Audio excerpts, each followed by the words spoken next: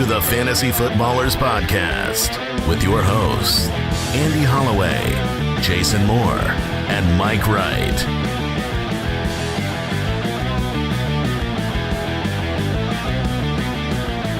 Oh, welcome in. It's football time! Woo!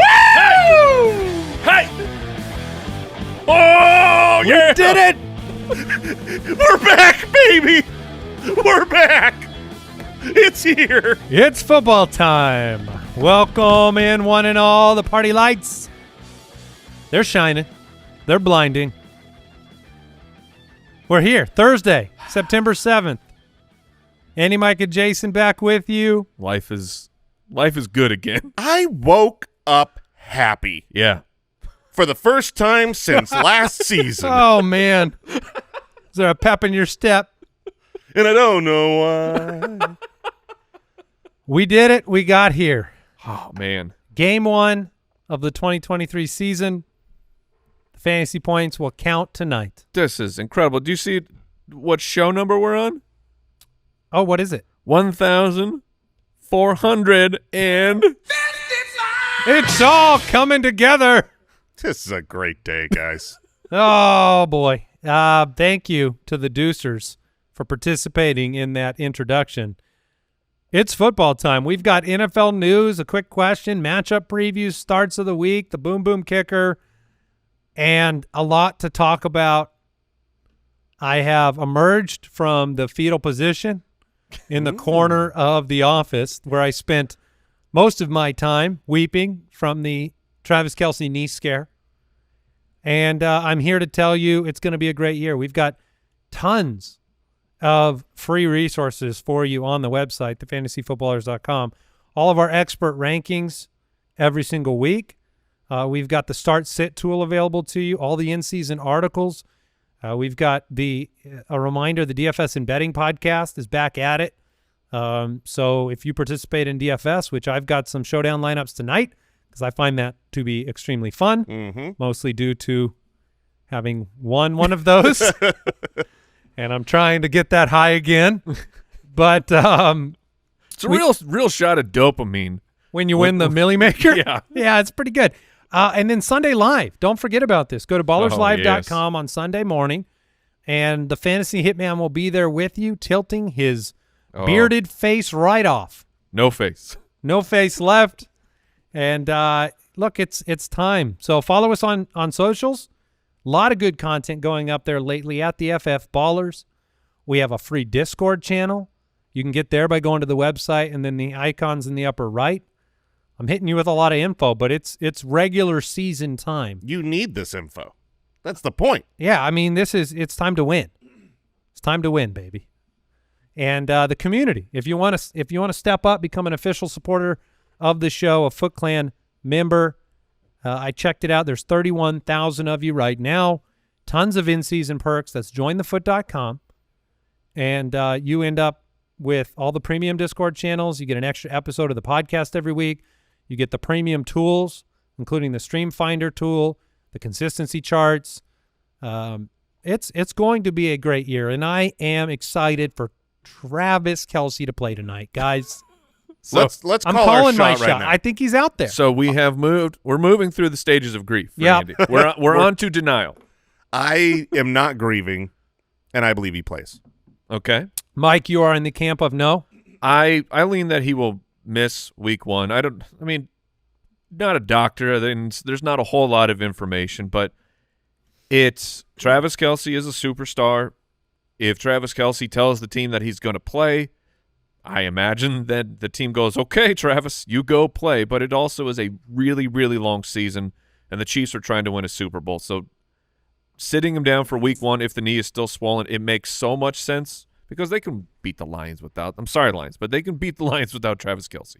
That kind of logic will not be tolerated here. We are looking at Trust me. While we were reveling in the fact that you in the 2 main leagues, League of Record in our big dynasty league, you have Kelce. That's correct. However, in Champ. the Dino Junior where we are champ, I realized, Hey, how's it feel? The team of old men could be crumbling in week 1 as we will be playing Trey McBride. Should Travis Kelce miss week 1? All right, let's help the listeners. Yep. A lot of Travis Kelce managers out there freaking out. If he's active and they say something like, he'll be on a snap count. You play him no Travis Kelce. matter what. I mean, no one has the option out there of saying, should I play Travis Kelce or TJ Hawkinson? You know, it's right. Your options are off of the waiver wire right now. Maybe there's interesting guys, but it's Sam Laporta tonight, a rookie making his debut. It's Jake Ferguson being the first time he's ever really being a starter for the Dallas Cowboys. It's Gerald Everett. It's Cole Kmet. It's which I don't hate Gerald Everett, but I would play Travis Kelce. Yes. Unless they put him on the bench and then strap him there. Travis Kelce could finish this game with 5 yards and 3 touchdowns. That is in the range of outcomes. Yeah, but like maybe he plays, and that's another thing. If they say Travis Kelce is active, I'm playing him for fantasy football. And if they go out there and snap one, he's not on the field, don't freak out just yet. They could say, we're going to save Travis Kelce for the red zone. Like, we're going to use him on the really, really important snaps, and he can still make an impact for you. So if he's active, I'm playing him. Going down with that ship. Yep. All right, quick question of the day. It's an over-under question from the website. Matt submitted this one. He said, hey, guys, when looking at the over-under score for an upcoming game, what is the score threshold that either makes you excited or worried about who you are playing that week? And that's going to be part of our matchup breakdowns every week.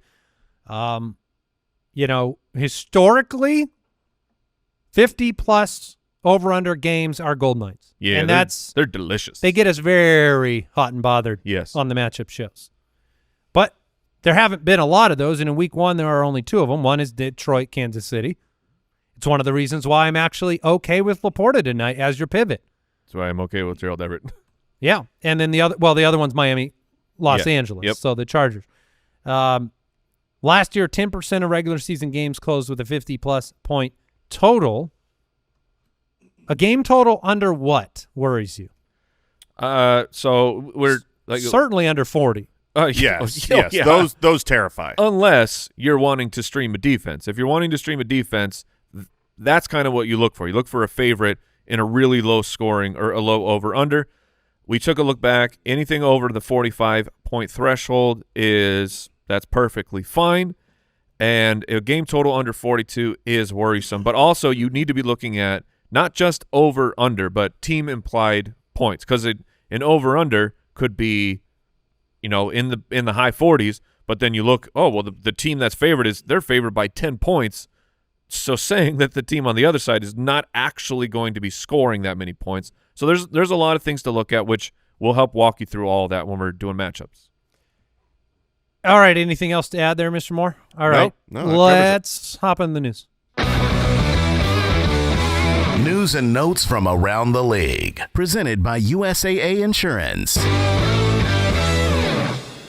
While we discuss the Travis Kelce situation, we will be monitoring that news. We will be breaking whatever news comes through or anything we hear on socials at the FF Ballers. Rams head coach Sean McVay ruled out Cooper Kupp for Sunday's regular season opener, and he did not rule out the possibility of placing him on the injured reserve. We were saying from the get-go here when he re-aggravated it, when they said it's not a big deal, it was a minor thing, we said right off the bat, he's missing at least a month. That is the most probable outcome just based on the history of his age and this injury as a re-aggravation. Yeah, and so it really sucks, but hopefully our advice was helpful for people thinking about how do you handle Cooper Kupp if you're drafting later. We did our Megla Bowl draft. Andy, you did take him in the second. That was, I think, just before this news came out. Would you have still taken the risk? No, I wouldn't have. Okay. So yeah, I mean that was a gamble. It's one that could pay off later. I had to stack up, I believe, 4 or 5 consecutive wide receivers later in the draft to essentially account for the fact I knew I wasn't going to have him early. Right. Ultimately, they don't have to make the IR decision yet. They're trying to get all the information possible.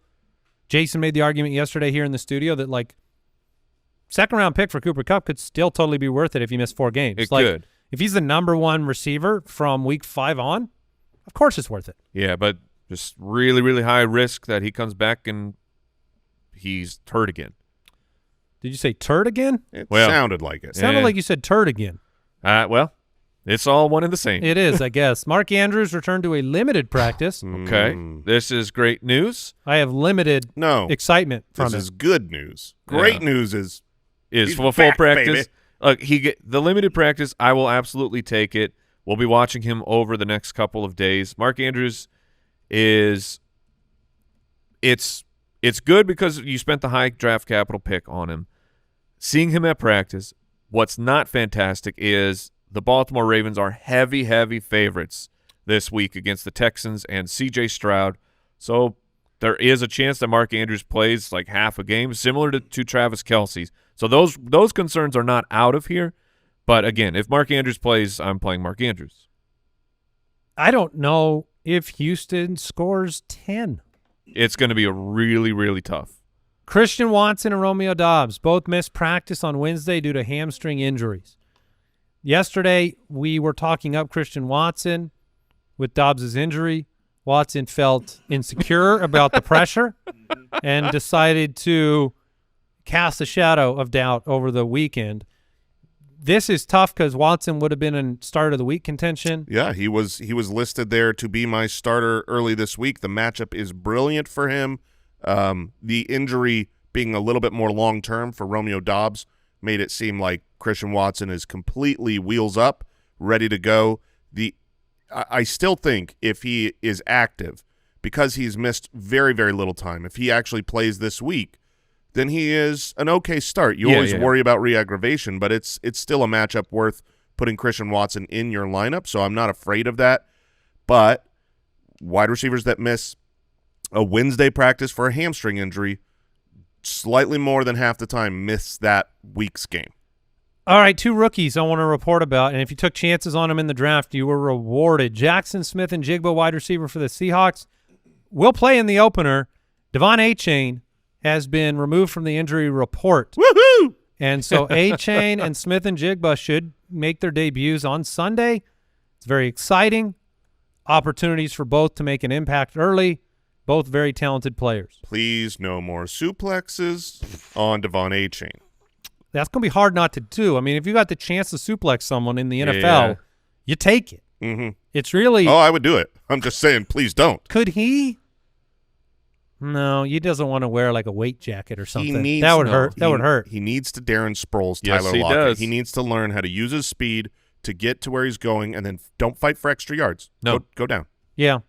Dalvin Cook, full go for week 1 against Buffalo. Man. He could have a nice start to the year for your fantasy team.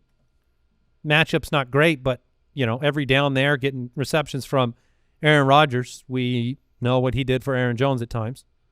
Breece Hall's just going to dominate.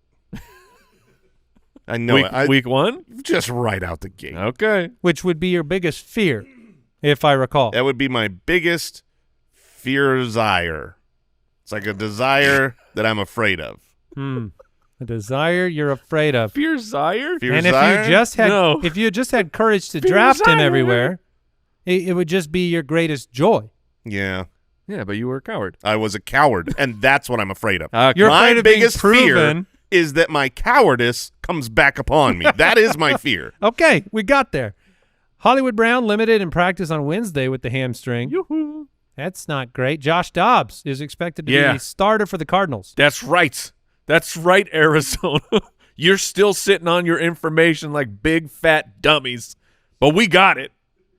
And guess what? No one's afraid. No one is afraid. No one is worried that Josh Dobbs is the secret starting quarterback.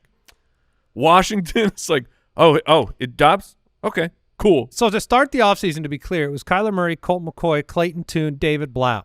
Yes. And the starter for the season is Josh Dobbs, who wasn't on the team. Correct. Well, to be fair, he wasn't on the team 2 weeks ago, but he just got added. There was an article that came out, I believe, on ESPN, and it was the best because the only reason I clicked it was it said 32 teams, 32 cases for them to win the Super Bowl. And, of course, they rank them in order of odds.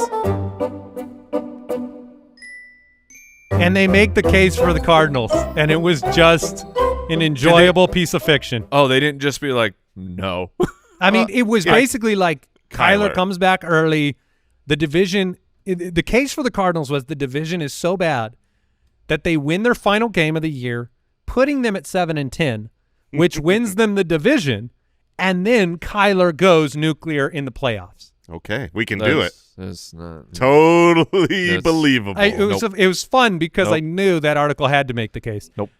George Kittle returned to a limited practice.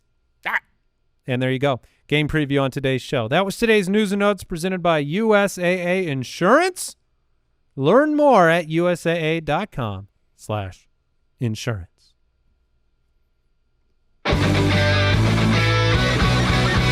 Fantasy Forecast. All right, we're diving into the first fantasy forecast of the year. We're previewing the games. We're looking at those Vegas lines, the trends. We're potentially discovering some stupid nicknames along the way. Potentially. And, we try not to spend too much time on the elite options, just to be clear. Like if you listen to the matchup shows and then on Twitter you're like, man, they did not talk about McCaffrey a lot. That's because we're helping you make start-sit decisions, not necessarily telling you whether or not to start the player you're starting. And so just keep that in mind. You're starting CMC, you're starting Jefferson, you're starting Jamar Chase. These are players that we're never going to tell you to sit. If there's a storyline about them, we will certainly bring it up if there's an injury. But we want to focus on tougher start-sit decisions, the trajectory of these teams.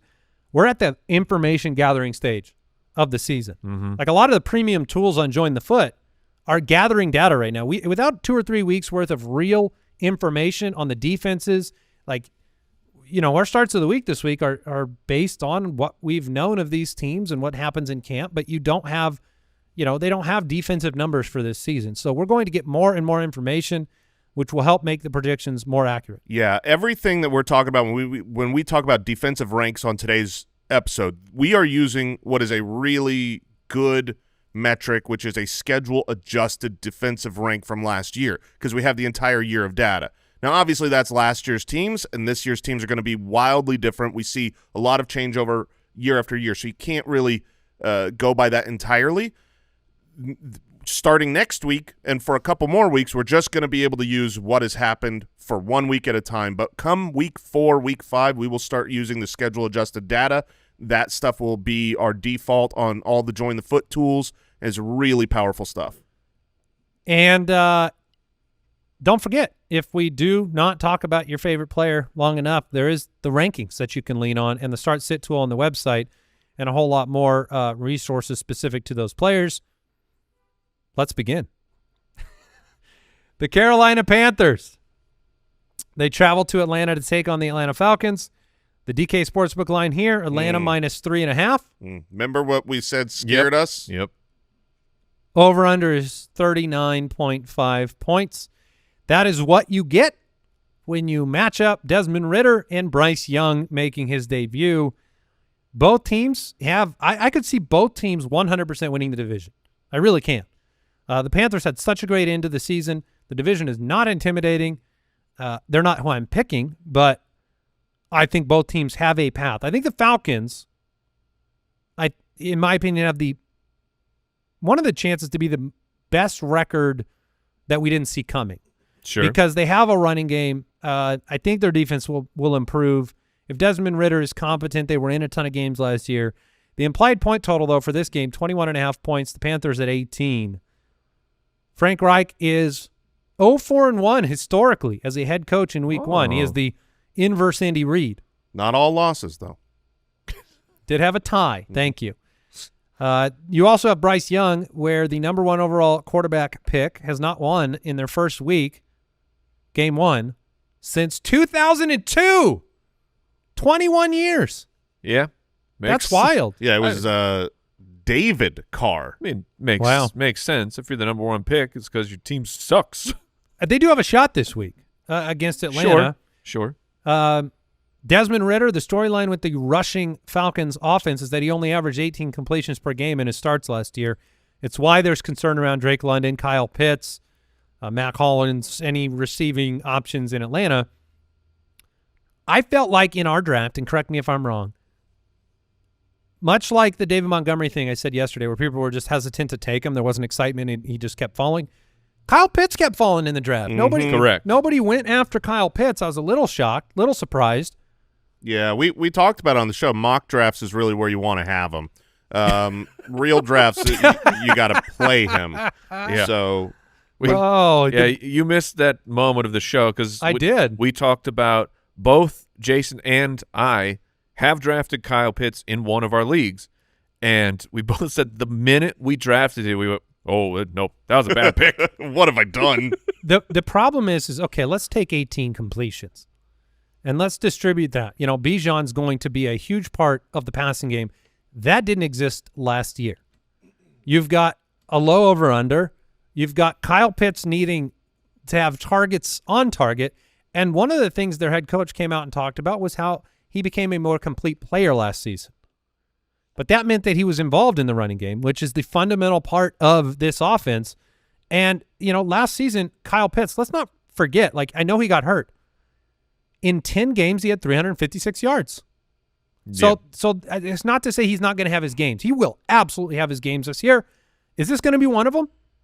I don't think this is where I would project it. This matchup against Carolina Panthers, who had last season a pretty good rush defense, against an Atlanta Falcons team that wants to establish it, wants to run the ball, wants to use the new shiny tool in Bijan Robinson. I just don't expect a ton of points. Obviously, DraftKings Sportsbook does not either. So this isn't where you would project the big breakout game for Kyle Pitts. Yeah, I do expect that the passing volume will go up for Atlanta. Yes. Desmond Ridder, 18 completions, but Desmond Ridder was also thrown into the fire there at the end of the season. We only saw 4 starts, an entire offseason, building the team offense around Desmond Ridder because it was very early on in the process. They said this is going to be our guy. I mean, if I drafted a Falcon, I'm playing like Bijan will be an automatic start every week. If I drafted Drake London in the 5th round, I'm gonna play him. I'm not trying to look at a later round option, and the same goes for Kyle Pitts. I think the more interesting questions are on the other side for Carolina. They're pretty easy answer, but I think they're more interesting. Yeah, let's start with the running back situation. Last year, the Falcons were not good against the running back. The Panthers were. They were 10th in the league. They gave up 17.4 fantasy points.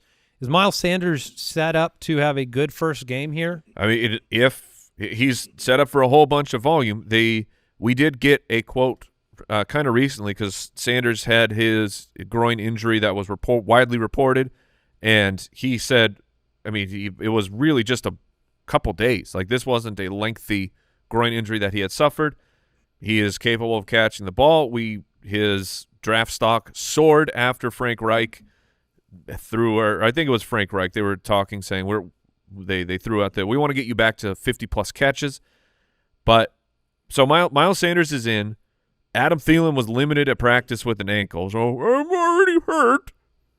He's limited is actually his permanent status for the remainder of his career. And DJ Chark not practicing with a hamstring. Don't expect to see him.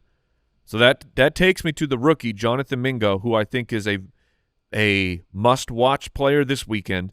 And depending on the size of your league, I think that stashing him at the back of the bench, because there's a chance that Mingo wasn't drafted in your league. I think a Sunday ad, should you have like someone like Romeo Dobbs or one of these players that get marked out, put him in the IR, and who are you going to stash? Jonathan Mingo is very interesting to me. Who are you going to stash? Jonathan Mingo. Thank you. Yeah, but you're not starting any receiving option for the Carolina Panthers. Correct. You're going to wait and see how Bryce Young does. Yeah, not in this over-under. Nope. Yeah. All right, quick break, back with the next matchup.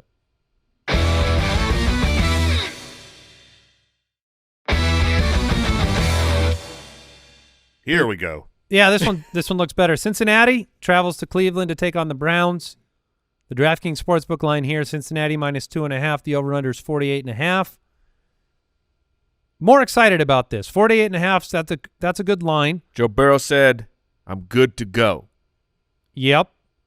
Yeah, he's good to go. They had him on a secret regiment to recover, and he got there. And they split the series last year.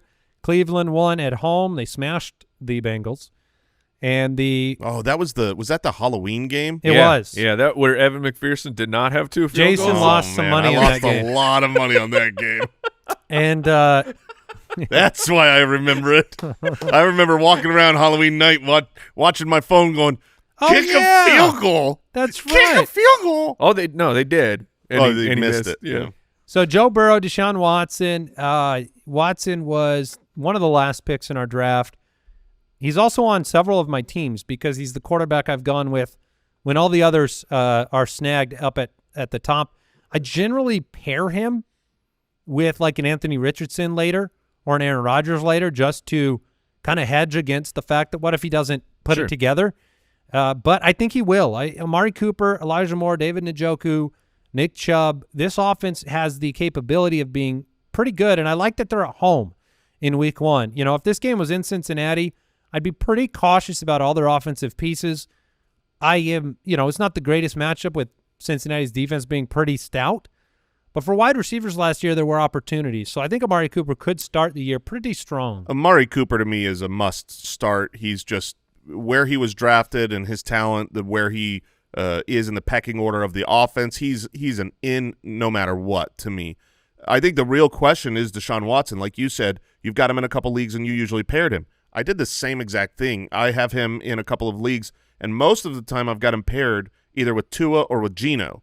Personally, the way that I'm approaching week 1, both of those players I would play over Deshaun Watson. I agree. I want to see what Deshaun Watson is, and this isn't a great matchup for him, whereas Tua has the Chargers at home, high over-under, and Geno is a great start this week against the Rams. So if you've got the option, even on waiver wire. What about Dak, who ended up on the waiver wire in our league? Dak against the Giants in New York, or Watson at home? I think I would take the shot on Watson there personally. That they're about even to me, same tier. I'd go Dak. Would you? Yeah. Okay. I do remind folks that Watson was the number 8 and number 6 quarterback his last 2 games last year. So we'll see what happens. The rubber meets the road this year for Watson. It's either the worst financial investment in the history of team sports, or it works out. Well, yeah, the rubber meets the road, but if the rubber will keep burning no matter what, because he will be the quarterback for multiple years. All right, Joe Burrow, if he's in there, you play him. Jamar Chase, of course. T. Higgins, Yep. Mm-hmm. Joe Mixon, the Cleveland rush defense was bad last year. 24 points a game given up. Joe Mixon, he's their guy. Yep, he is. We made it to week 1. It was a wild and bumpy ride with Joe Mixon of legal troubles, salary cuts. Who knows what they're doing? But he sits alone at the top of the depth chart, and we still don't even know who the backup is. There was a time when his football card for the Cincinnati Bengals said on the front, it said star running back Joe Mixon. Right. And now they just put TING at the end. It's starting running back Joe Mixon. Yep. He is not what he once was, but he's also good enough to give you, I think, a lot of consistency on a really good offense. A name that has not been uttered, Irv Smith. He is going to be the tight end for the Bengals, who has had, their tight ends have had some games. They have. Keep your eyes on it. Absolutely. Are you digging deep on Elijah Moore? Just a final question here. If you're in a, full PPR flex decision, like Van Jefferson or Elijah Moore? Van Jefferson. Yeah, I would go Van. He projects to be the one right now. All right, Jacksonville. Oh, man, I drafted Van Jefferson and did not think about that Cooper Kupp news. Oh, you didn't? In relation to the longevity of success that Van Jefferson might have. Oh, and he plays against you this week. Oh, fantastic. Are you flexing on me with Van Jefferson right now? It's all I have. Is this a Van Jefferson flex? I have. That's like that's the 9-year-old flexing at me going like, look how strong, or squeezing my arm as hard as he can. Like, I'm going to show you. Thanks, bud. Hey, before we move on from the Browns, I do want to really quick discuss David Njoku because I love him. You love him, and that's great. So you're just in, you're starting him, you're keeping him. I am more of the mindset with some of these later round tight ends that I drafted. Like, for instance, in our league of record, I grabbed Greg Dulcich. I love Greg Dulcich. I think he's good. But I am playing the streaming matchup with this tier of tight end personally. So if Tyler Higbee was out there, I would rather start Tyler Higbee than David Njoku against the Bengals. If Juwan Johnson, for me personally, I think the matchup is great. I would rather do that. And so the question is, Saints tight end. Yes, Saints tight end. The question is, are you willing to drop that's David? Exactly what I'm not. No, I think Njoku is one of the few tight ends that has the ability to give you top 5 weeks. And so I'm going to ride him with this, off season of Deshaun Watson and this offense. I'm going to play him. I'm going to play him until I am proven wrong about David Njoku, just because of upside potential. Sure. That would be my take. Although the Higbee situation is very tempting. If you're in a full PPR, I would be willing to make that switch. That one I'd be willing to do. I will admit that. Yeah. Jacksonville, Indianapolis. Games at home for Indy. The DraftKings Sportsbook line, Jacksonville -5. The over-under is 45.5. I'm so excited about the storylines in this game. This will be a game that I have my eyes on both sides of the ball. I can't wait to see what happens with Anthony Richardson. Yeah. He gets the benefit of starting at home. The Jacksonville Jaguars gave up a decent amount of points to the opposing quarterbacks last year, and he gets to show what he's got. And look, Anthony Richardson does not have to be the most polished NFL quarterback by any stretch of the imagination to deliver a wonderful fantasy week for you. So I can't bring myself to start him in any of the leagues where I took him, but I'm excited to watch it. Yeah, if you're in a position where you have to start him, I don't think you need to be looking to the waiver wire to pivot. I think he's an okay start. Yeah. I do expect him to get off to a slow start in his NFL career. First half of the year versus second half of the year, I think it's going to be much better later. So if you did already pair him with like those quarterbacks we were talking about earlier, Geno Smith, a Tua, I would play those guys over Anthony Richardson and wait and see. But he has a matchup here where he could be good right out of the gates just by running the ball. Would you go Sam Howell against Arizona? Ooh. No. Okay, I would go play Anthony Richardson. Right. Sam Howell's value a lot of times will come on the ground. It won't be as much as Anthony Richardson. And I think similar to what we saw with the Houston Texans last year, where even though they had a bad secondary, you never had good games for your wide receivers or your quarterback because teams just ran the ball on them. I think that's the second half against the Cardinals. I just expect Sam Howell does not need to do much other than say, here, take this ball and run with it. Yeah, brand new head coach for Indianapolis this week, and you won't have Jonathan Taylor. You're going to have Deion Jackson getting the start. Zach Moss is not expected to play, should be back week 2 or week 3. Deion Jackson is a player getting started against me in a league. I know that. Congratulations, man. Yeah, it's a 1-week start. Jacksonville's defense was pretty good against running backs last year, but it'll come down to receptions. Like, if he gets the ball thrown his way, Deion Jackson had some good games last year. Yeah, there are worse things than starting Deion Jackson this week, but do keep your eye on the news. And Zach Moss not expected to play, but I believe he was limited on Wednesday. So who knows by Sunday if Zach Moss is in. And if Zach Moss is active, then I'm bailing out. But if Moss is inactive, I think Deion Jackson – it could be a lot worse. He had a 10 receptions on 10 targets game last year and a 6 receptions on 8 targets game. I'm not excited about it. It's just not happening from Anthony Richardson, though. That's Correct. not the style of Not quarterback 10. that's going to give him 6 even. And especially when Evan Hull is kind of the pass-catching specialist. I'm OUT on this personally. But first game for Evan Hull as a rookie, if Moss is out, I expect Deion Jackson's going to get like 70+% of the snaps. Michael Pittman. Michael Pittman, by the time drafts came around, I thought was a value. The whole offseason, I was like, he was being drafted as like the wide receiver 20, wide receiver 18, and I'm like, no. Take me out of that graphic. For those not watching, take me out. Put it back to Mike. He drafted him. I had no choice. I think he was okay. a value. He was a value. 99 receptions last year for Michael Pittman. He's being drafted in a place where I think wide receivers are probably averaging 60 to 70 receptions. So in a PPR format, Michael Pittman's going to be a steal. Yeah. This was the pendulum being swung out of frustration. A bunch of angry people swung it. Yeah. And it makes sense because it was very frustrating. He was catching passes that seemed to be behind the line of scrimmage. I mean, it was kind of like what happened to Deontay Johnson. And I think people see the path for Deontay Johnson to have a good year. And I think there's a path for Pittman. If Anthony Richardson comes out and he's a better quarterback than people give him credit for, Michael Pittman will be the reason why. And even if he's not, if he comes out and throws for 199 yards, I think the target share, the market share that Pittman's going to have of this offense, he's going to be a fine play. This matchup is good. You expect him to be throwing it the whole game long. So yeah, you do. Are you playing Drake London against Carolina? Ooh, that's a great. Or are you playing Michael Pittman? Because the passing volume could be similar. I'd play Drake London. I'd play Pittman. The way I see it is I think Pittman has a higher floor than Drake London, but Drake London has a higher ceiling. So depending on the rest of your roster, if you need upside, if you're going up against a juggernaut, I'd go London. If you need safety, I'd go Pittman. Sky Moore tonight or Pity City? Pity City. Did you fix the graphic? Did you fix it?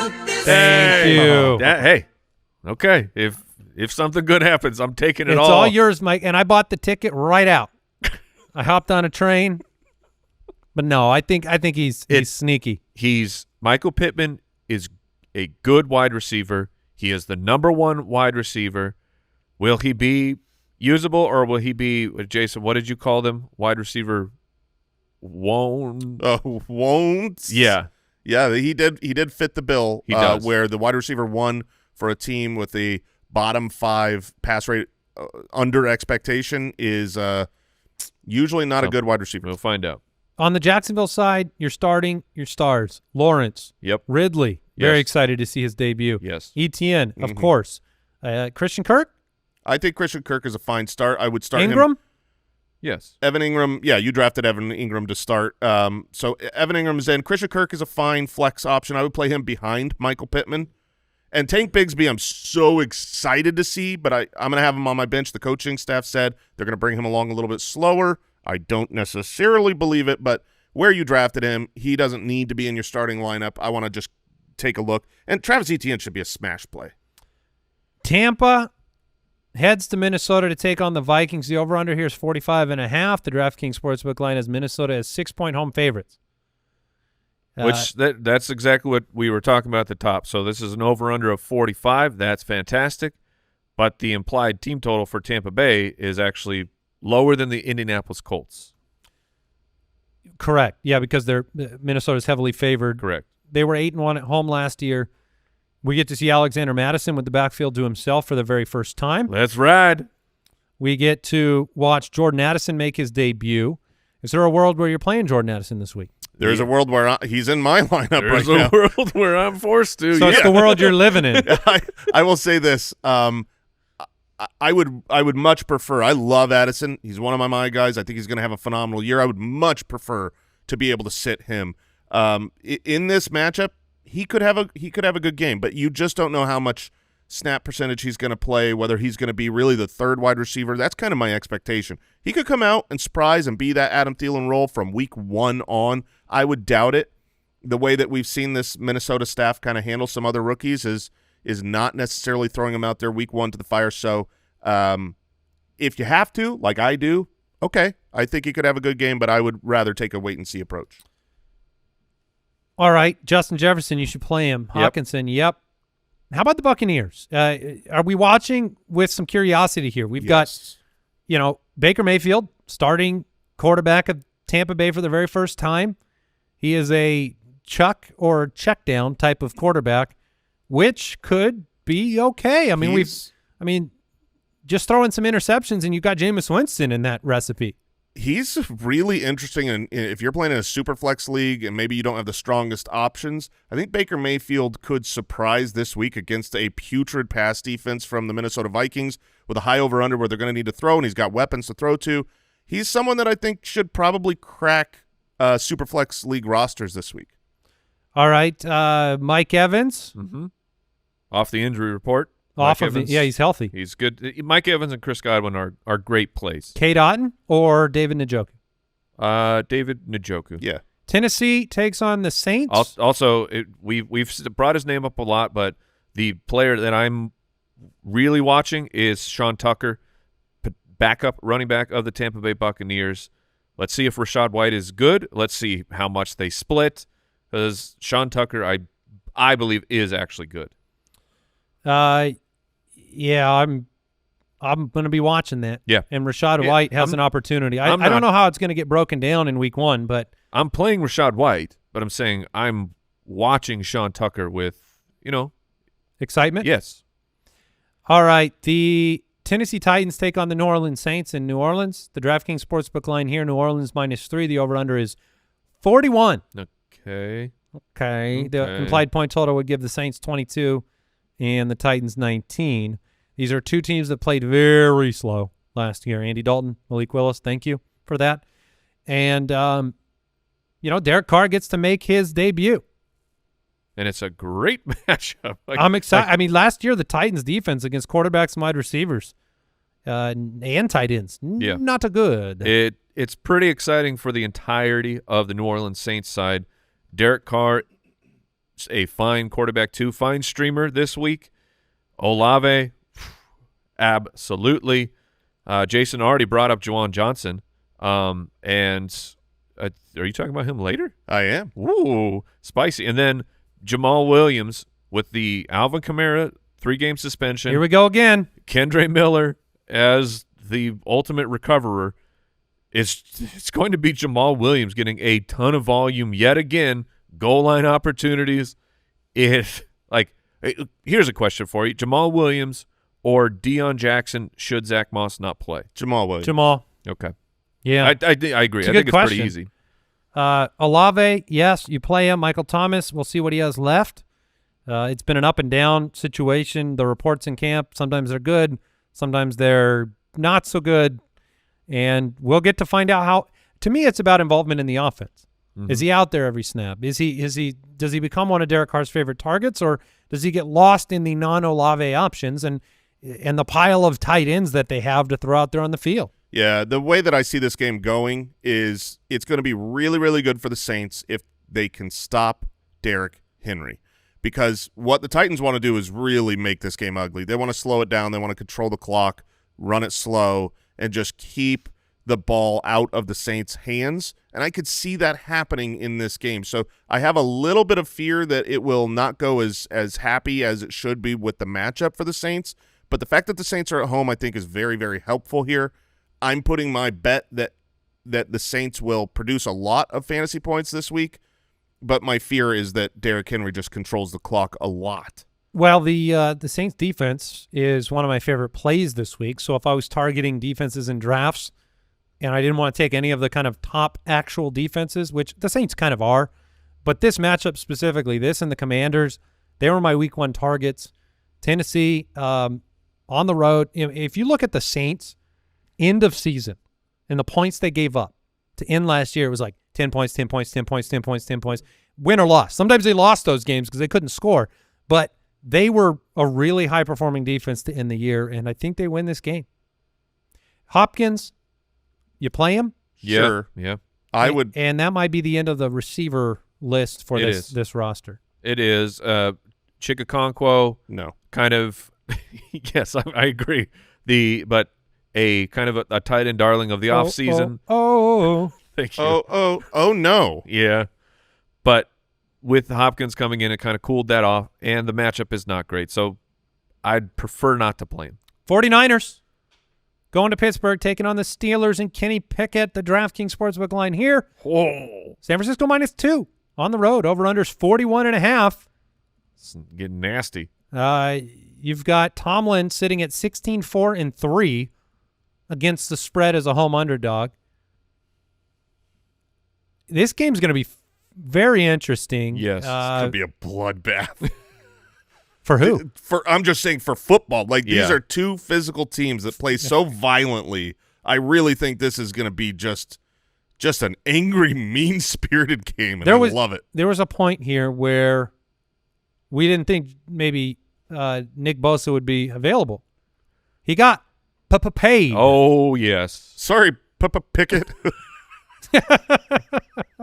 Yeah, Kenny Pickett, unfortunately, will have to face the number one rushing defense, so handing the ball off to Najee and Warren is going to be trepidatious. Yeah. They're just a great defense overall. So you're going to have all these off-season expectations of this newfound Pickett offense, and the first week they're going to have to get it done against the San Francisco team, and it's going to be hard. And it's going to make the draft investments in Harris and Deontay Johnson and Pickens and Pickett and Freiermuth very – like you might have some bad games. Not all of those guys, but you might have a few that make you go, oh, no. But it might not be indicative of the rest of the season. Yeah, you could say that in both directions here because I think that the Steelers' defense, they've been so much better with Watt on the field. Watt should be available, and this is a defense that could really throw some stuff at Brock Purdy. We've brought it up I think maybe once before, maybe twice, but it's been a long time. Brock Purdy, who was just so great, he was a revelation. You got to also be a little honest with the teams he was beating last year. He beat the Commanders and the Raiders and the Seahawks and the Buccaneers and the Cardinals. Like, yeah, he won those games. That's great. But he hasn't faced a team like this yet. So with Watt bearing down, I think this could be really a defensive game where you're disappointed with a lot of the fantasy assets. But obviously where you drafted some of these guys like Najee and Debo and Christian McCaffrey, they're all in. But you might be disappointed. What are you doing with George Kittle? Because he was limited Wednesday. It's been an ongoing groin injury for at least a few weeks now. If you drafted George Kittle, you did it with like a 5th or a 6th round pick. Are you playing him, or are you start him if he's active? It's similar to Kelsey in the sense that there's just pivot options at tight end are all garbage, and a bad game from Kittle can be just as good. Debo, Ayuk, McCaffrey. Yep. McCaffrey over the last 4 years in games with 40+% of snaps has averaged 22.6 fantasy points. I read that. I've been talking in a dynasty league about trading McCaffrey. Been going back and forth all morning on trade offers. Oh, okay. I read that stat and clicked withdraw. Not a joke. I mean, it was dangling out there to be accepted. In Dynasty, I'll take 1 year McCaffrey. In Dynasty, we always talk about be out 1 year too early on running backs. That is historically the way to go. Christian McCaffrey feels like you might just go down with the ship. Just let him be a superstar until he's not, and when he is eventually not a superstar, you salute him and you thank him for his years of service. Yeah, I clicked withdraw. Kenny Pickett here is a good example of a matchup where I think most people, because of where they were drafted, you'd be starting in 2 quarterback leagues Kenny Pickett over Baker Mayfield, and I wouldn't. I would flip those. I would start Baker Mayfield because of the matchup here. And Howell? Howell scares me. I love Howell. I'm all in on Howell. I think he wins the game. But how in are you? Was that a Howell in? Yeah, I don't know. Yeah, I was just trying to. You missed it. That's not in there enough. Mm-mm. I'm not very in this week against the Cardinals. That's a sad wolf. Yeah, I know. Not the breakthrough performance this week, huh? I think he'll have a good first half. And I think Dotson's going to have a good game. But you want you don't think Arizona's even going to score? Let's talk about that game. Yeah. Cardinals take on the Commanders. DraftKings Sportsbook line, Washington -7. The over-under is just 38, which means the Cardinals are projected for 15 points. Oh, mercy. That's what I'm talking about. Cannonball! Oh, nice. Nice. So wait. You're telling me the sports books don't know for sure who the starting quarterback is because it's top secret, really advantageous information for the Cardinals to hide. And they have Washington favored by 7 and the over-under at 38, which if you've been around sports books, when a starting quarterback is not known, they often don't even put numbers up because they don't want to risk anything. But they're saying we do not care. Just like the Commanders. Well, let's see if the NFL does what it does, which is surprise the heck out of us sometimes. the way the Commanders lose this ball game, I can tell you it right now. It's Sam Howell. If Sam Howell comes out and commits a couple turnovers, then that's the direction the game could go. Like the Commanders are 3-0. No, I mean, look. Because of turnovers. Look, Sam Howell turns the ball over 6 times and they lose 3-0. Oh boy. Oh, I dare you. I dare you. Oh, do it. Do it. Your eyes got big. Push that button. That's no. He's reaching. Don't use the magic. Oh, this is not good. Oh, no. Andy's almost upset of the week. Homer. All right. No, listen. All right. This is not a homer pick. I want us to lose every game. I want the first pick. It would be bad. But this is a 7-point line with a quarterback making his, starting the season as the starter for the first time. I think you could say that about Josh Dobbs. You absolutely can. And I wish I didn't hit the button. Trust me. It's going to probably be wrong. But the game might be closer than you think. It's an almost upset. James Conner, you're playing him. James Conner, you are playing him. But you're nervous. Yeah, the matchup isn't good, but the matchup is pretty irrelevant. The matchup's going to be bad for the Cardinals every single week. James Conner's the only guy in the backfield. Yeah, don't wait for a good matchup for the Cardinals. Yeah, James Conner's going to get a ton of volume and probably 5 or 6 receptions. So it's one of those things where he's not like a smash start. Oh, I've got to get him in there. There are other players that I would play ahead of him, like Raheem Mostert. I would play ahead of him, but James Conner is. What about Jamal Williams? I think I would stick on the James Conner side. Oh yeah, me too. Brian Robinson. Yeah. Starting running back for the Commanders on the other side. Antonio start him Gibson. over Conner. Yeah, I think I'm willing to start Gibson, especially if the game script goes as Jason and I are projecting of Washington having a nice lead in the second half. Antonio Gibson is going to get plenty of work. Do you believe that you should play Terry McLaurin if he's active under all circumstances? All circumstances, no. I mean, it's going to depend on who you have on Van Jefferson or Terry McLaurin. I would probably go. I'd go Terry there. Okay. Is there a lower tier option? Christian Watson. I would go Christian Watson over Terry McLaurin. If they're both active, they're both dealing with injuries. I'd go Terry. Really? Yeah. Jahan Dotson. My guy. Yeah. Dotson, I think, is a great start this week. Terry McLaurin, even if he's active, we just don't know how much he's going to be hampered by that. We've heard about how difficult it is for a wide receiver to play through a turf toe, not just difficult from a pain standpoint, but from a performance standpoint. You're having to plant and cut and burst off of your foot. So I think Dotson projects no matter what to be the wide receiver 1 for this matchup. I am absolutely fine playing Jahan Dotson. There's no cornerback that can cover Dotson on the Cardinals. Hollywood Brown. Yeah, is he just a player you play because he's everything they have right now on offense?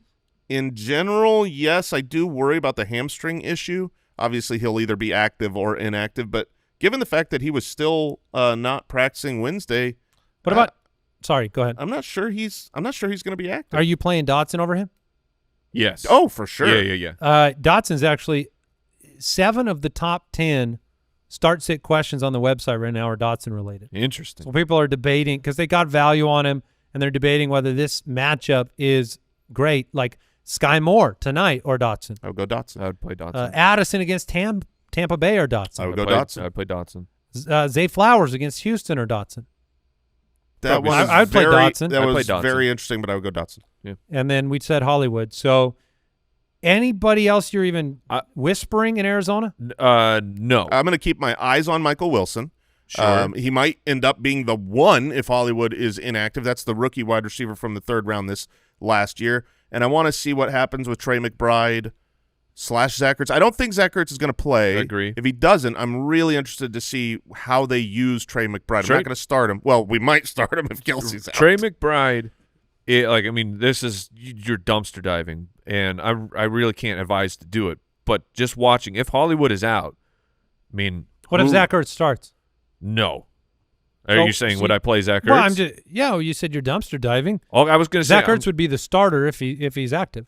Yeah, but even if he is active, if he's active, I think it just destroys everything. because The whole world? Yeah. because he just I don't see Zach Ertz playing a full allotment of snaps, and then you're not going to feel comfortable playing him, and you're not going to feel comfortable taking the low percentage chance on Trey McBride. Okay. So, and then the other thing, keep your eyes on Cole Turner's involvement. Washington's tight end. Logan Thomas has missed most of camp with a calf injury. I believe he's playing, though, isn't he? That's what I say. Kyle, just did keep you your hear eyes an on it. update there? I think Logan Thomas is practicing. Is he? We'll look it up. Okay. Okay. I thought you were full-time on Cole Turner-related news, Kyle. I thought this was like you knew that world like the back of your hand. Is that not true? I'm just glad we get to talk about him. Yeah. We shouldn't have. Moving on. Starts of the week. All right, we're digging into our starts of the week. What are these? These are our confidence picks, players that you might be on the edge of do you sit this guy down? Do you pivot away? I mean, it's week one. It's very difficult in week one. In week one, you are playing the players that you drafted, generally in the order you drafted them. Otherwise, you would have taken somebody else ahead of them. We're not going to tell you that CMC is the start of the week.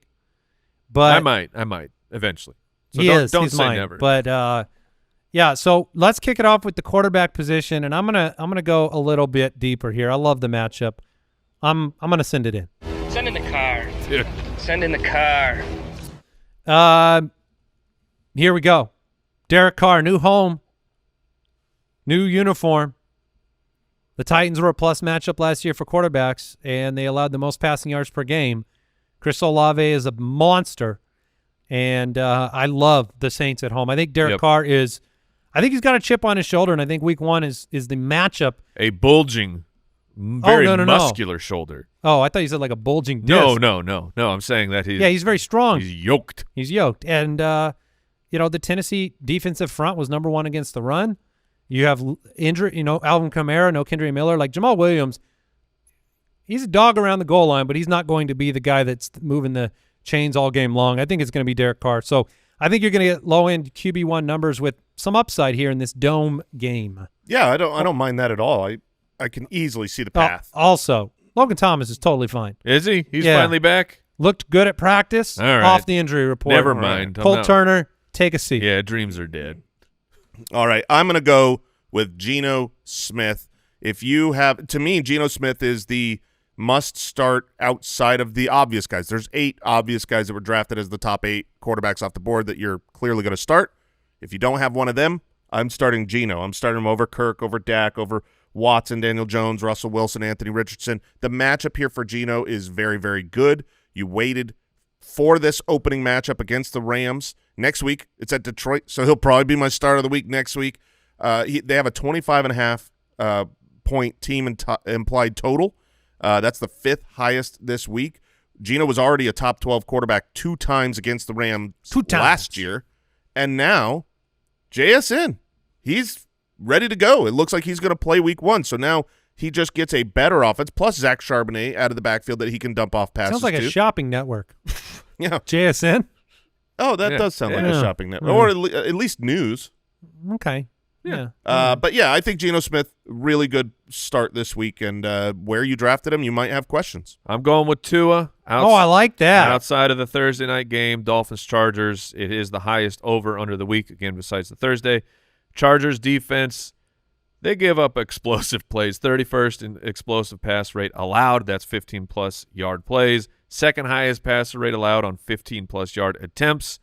And the guys for Tua, that would be their specialty.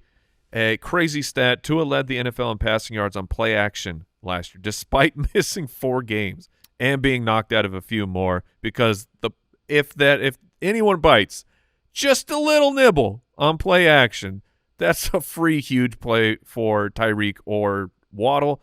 And Tua's going to keep throwing. Last year, Miami ranked 4th in pass rate while leading. Don't underestimate the passing value of Devon A-Chain for Tua. Sure. Out of the backfield.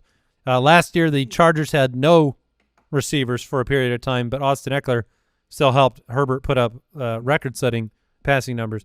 All right, Brian Robinson is my running back start of the week. Yeesh.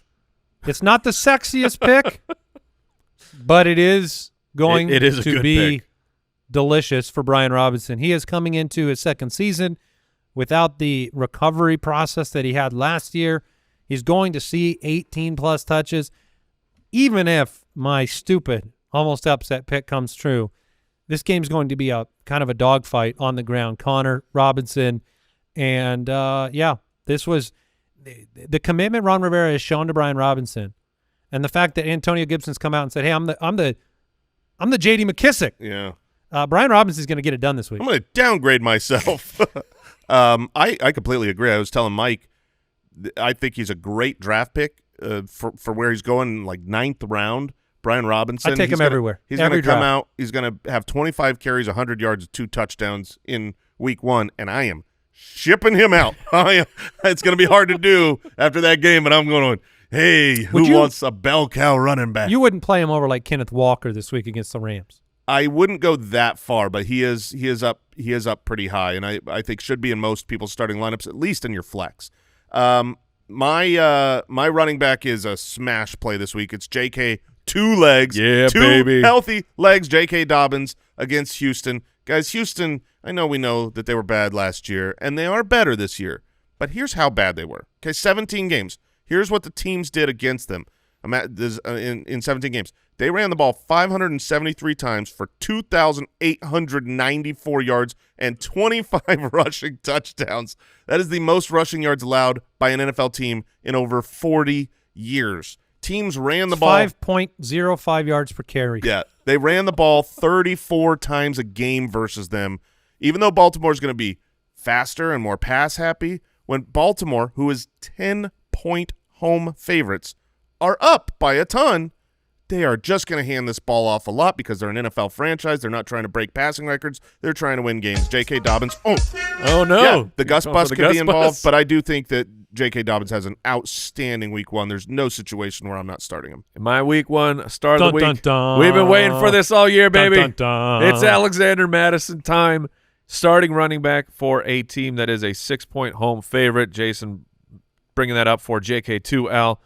Looking at odds of scoring a touchdown, DraftKings has Eckler, Chubb, Derrick Henry, and Tony Pollard. Those are the only running backs who have a higher percentage chance, according to DraftKings, of scoring a touchdown than Alexander Madison. The defensive front for the Buccaneers, maybe they're better this year, but again, last year over the final 7 games, a top 12 running back in 4 of those games.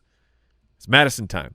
All right, I'm pairing my wide receiver start of the week with my quarterback, Chris Olave. Oh, yes. It's time to get him out there and get him going.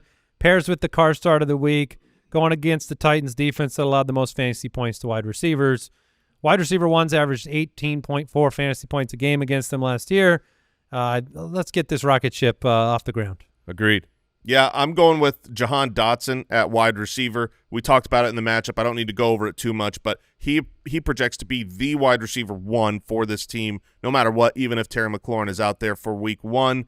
He's got great hands. He's just a good ball player. And while I think that the second half they'll be throwing the ball less, Dotson gets a touchdown in the first half of this game. All right, Mike. I'm going to pair with Jason's quarterback start of the week. I'm going to take wide receiver, my guy, Tyler Lockett. It's hot Lockett time. Thank you. Against the Rams last year, we had 9 for 128 and a score, 4 for 54 and a score. Again, that's week 1. It's hard to pick a guy. So Tyler Lockett, he's going to crush in week 1. Okay. My tight end start of the week is Tyler Higbee. No Cooper Kupp. Obviously, if you're without Travis Kelce because he doesn't play tonight, George Kittle because he doesn't play, Mark Andrews, surprise, he doesn't play, please pivot to Higbee. He is a great play in a PPR league. He will get volume, and they don't have a lot of options. It's not like Van Jefferson. They're going to have to throw. Van Jefferson is not a proven one. He's a proven not one. He is a proven – it's like Josh Palmer taking over exactly as the number 1 in an offense. You don't have an established go-to – Stafford's going to go to Higbee more frequently than I think he'll go to Van Jefferson. Jefferson's targets may be more valuable, but he had 108 targets last year. Higbee did. And so you're looking at a game where they are going to be behind. You may have some garbage time, and that's where I'm going to go, Tyler Higbee. I'm going back to pair with another quarterback here, Derek Carr. I think at tight end, Juwan Johnson is a really good start this week. When you look at the camp buzz around Juwan Johnson and how he's been involved, their beat reporters saying if you're going to draft someone from the Saints in fantasy football, Juwan Johnson's the one you want. And now you look at the matchup. The matchup is good against wide receivers, good against quarterbacks, but it is great against tight ends. Schedule adjusted last season, they were the second worst against the tight end position. They got eaten alive there. So you put that all together, I think Juwan Johnson is a good bet for a big game. I mean, whenever you're looking at these kind of waiver wire type of tight ends, they've got a lot of things that work out. It's probably 60-40 that it'll work out, but if it works with Juwan Johnson, it's going to be good. I mean, he had 7 touchdowns last year and 4 top 5 finishes. I'm going with a lower end potential streaming type of an option. Gerald Everett, who has not really been talked up on this podcast. I mean, because you keep talking of Gerald Everett, and then he kind of keeps letting you down. You got to keep it quiet. But he's in a really good position. Chargers tied with the Ravens for the second highest team implied total. Miami allowed the 4th most fantasy points to the tight end position. So I mean, that's what we want. A team where at least we have last year's history of they gave up points to the tight end. We got a high over under. I think that he can end up as a low end tight end 1 on the week. All right. Well, a reminder, all the rankings in the start sit tool on the website, thefantasyfootballers.com. I was going to end the show, but then I remembered we got something special.